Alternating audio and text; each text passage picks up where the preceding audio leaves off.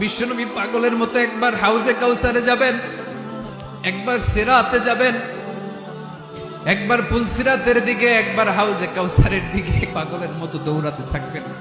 তার কোন গুনাহগার উম্মত যাতে জাহান্নামে ঢুকে না যায়, সেদিন কেউ সুপারিশ করতে পারবে না বিশ্বনবী ছাড়া।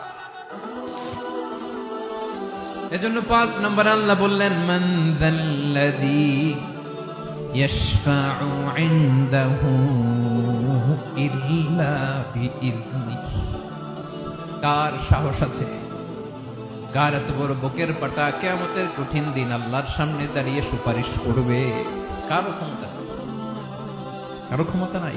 বিশ্বনবী সেদিন সিজদায় পড়ে উম্মতের জন্য কাঁদবেন, সবাই কাঁদবে, নফসি নফসি, আল্লাহ আমারে বাঁচাও, আল্লাহ আমারে বাঁচাও। বিশ্বনবী বলবেন, উম্মতি উম্মতি।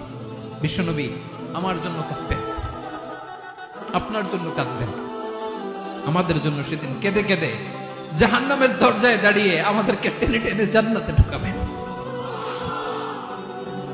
এজন্য এই বিশ্বনবীর ভালোবাসা যেন আমাদের হৃদয়ে ভরপুর থাকে।